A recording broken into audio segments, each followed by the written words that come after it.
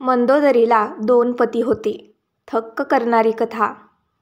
ऋषी पुलत्स्य यांचा मुलगा आणि महर्षी अगस्त्यांचे भाऊ महर्षी विश्रवा यांनी राक्षस सुमाली आणि ताडकाची कन्या राजकुमारी कैकसीशी लग्न केले.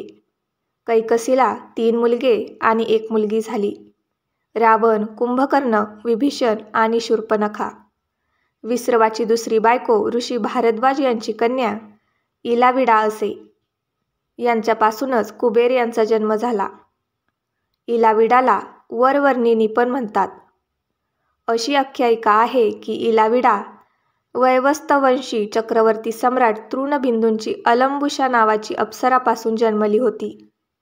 अशा प्रकारे कुबेर रावणाचे सावत्र भाऊ होते. रावणाला त्रैलोक्य विजयी, कुंभकर्णाला 6 महिन्याची झोप आणि विभीषणाला भगवत भक्तीचे वर प्राप्त झाले होते. त्यांनी कुबेरापासून लंका हिसकावली होती आणि त्यामध्ये आपले वास्तव्य केले होते. रावणाने दितीचा मुलगा मय यांची कन्या मंदोदरीशी लग्न केले होते. मंदोदरीचा जन्म हेमा नावाच्या अप्सरेच्या पोटी झाला होता. विरोचनाचा मुलगा, बलीची मुलगी वज्रवलाशी कुंभकर्णाचे आणि गंधर्वराज महात्मा शैलेशू यांची कन्या सर्माशी विभीषणाचे लग्न झाले. मंदोदरीची जन्मकथा. पौराणिक कथेनुसार मधुरा नावाची एक अप्सरा असे. येहून ती कैलास पर्वतावर जाते. तिथे देवी पार्वतीला न बघून ती महादेवाला आकर्षित करण्याचा प्रयत्न करते. देवी पार्वती तिथे पोहोचल्यावर मधुराच्या अंगावर शंकराची भस्म बघून संतापते आणि मधुराला शाप देते की बेडूक बनून 12 वर्षापर्यंत या विहिरीतच राहशील. शंकराने पार्वतीला समजावल्यावर पार्वती मधुराला म्हणते की कडी तपश्चर्या केल्यावरच तिला तिचे खरे रूप प्राप्त होऊ शकेल. मधुराने 12 वर्षापर्यंत घोर तपश्चर्या केली.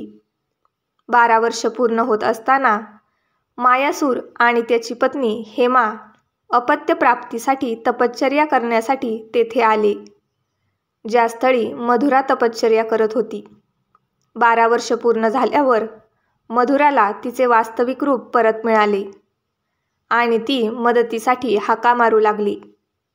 हेमा आणि मायासुराने तिचा आवाज ऐकला आणि तिला बाहेर काढले. त्यांनी तिचा मुलगी म्हणून सांभाळ केला आणि तिचे नाव मंदोदरी ठेवण्यात आले. मंदोदरीविषयी निवडक गोष्टी. मंदोदरी दितीचा मुलगा मायासूर आणि हेमा नावाच्या अप्सरेची मुलगी असे. पंचकन्या मंदोदरीला चिरकुमारी नावाने देखील ओळखले जाते. आपल्या पती रावणाच्या मनोरंजनासाठी मंदोदरीने बुद्धिबळाचा खेळ सुरू केला होता. मंदोदरीला रावणापासून अक्षयकुमार, मेघनाद, अतिकाय जन्मले.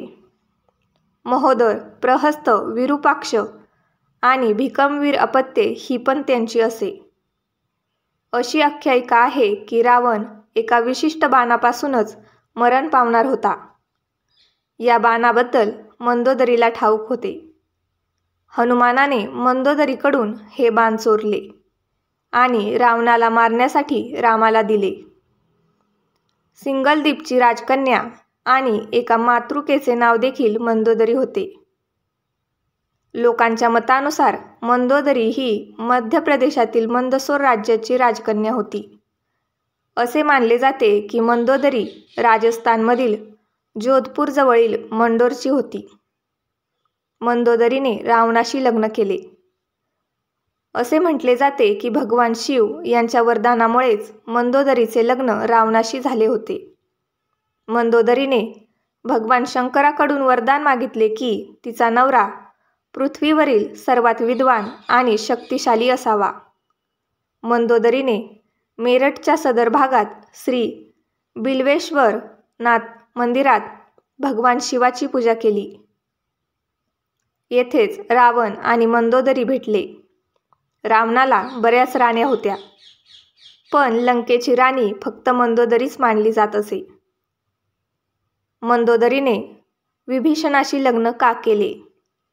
मंदोदरीला तिच्या नवऱ्याने केलेल्या दुष्कृत्याची चांगलीच जाणीव होती. तिने रावणाला नेहमी वाईट मार्गाचा नाद सोडून सत्याच्या धरणात येण्याचा सल्ला दिला होता.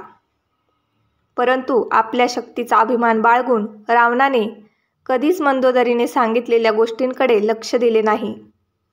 कधीही त्याचे गांभीर्य लक्षात घेतले नाही. रावणाने सीतेला हरण करून आणल्यावरही मंदोदरीने त्याचा विरोध केला होता आणि सीतेला परत रामाकडे पाठवून द्यायला सांगितले होते.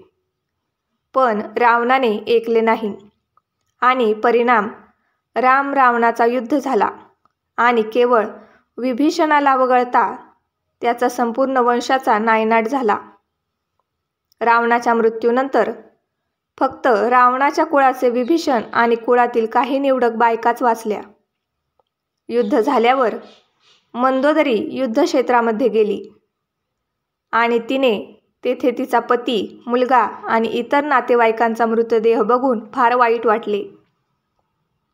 मग तिने प्रभू श्रीरामाकडे बघितले, जे अलौकिक दिसत होते. लंकेच्या सुखी भविष्यासाठी श्रीरामाने विभीषणाकडे लंकेचे राज्य दिले.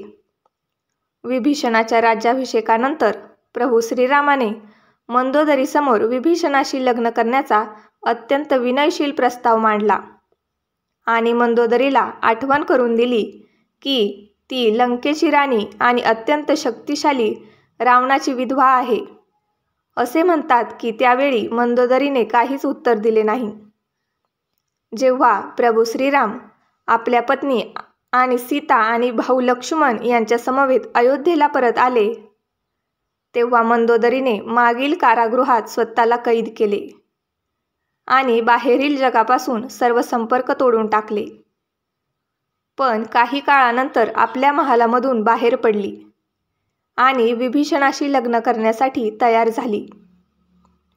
पण मंदोदरीच्या संदर्भात या गोष्टींवर विश्वास ठेवणे सहज शक्य नाही, कारण मंदोदरी ही एक सती स्त्री होती, जी आपल्या पतीसाठी एकनिष्ठ होती.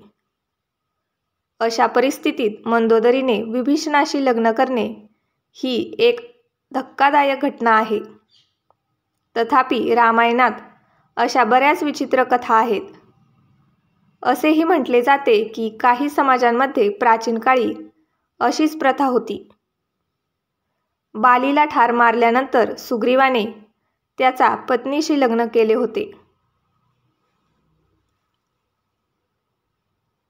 अशाच नवनवीन कथा ऐकण्यासाठी मराठी नॉलेज यूट्यूब चॅनलला लाईक करा, शेअर करा आणि सबस्क्राईब करा.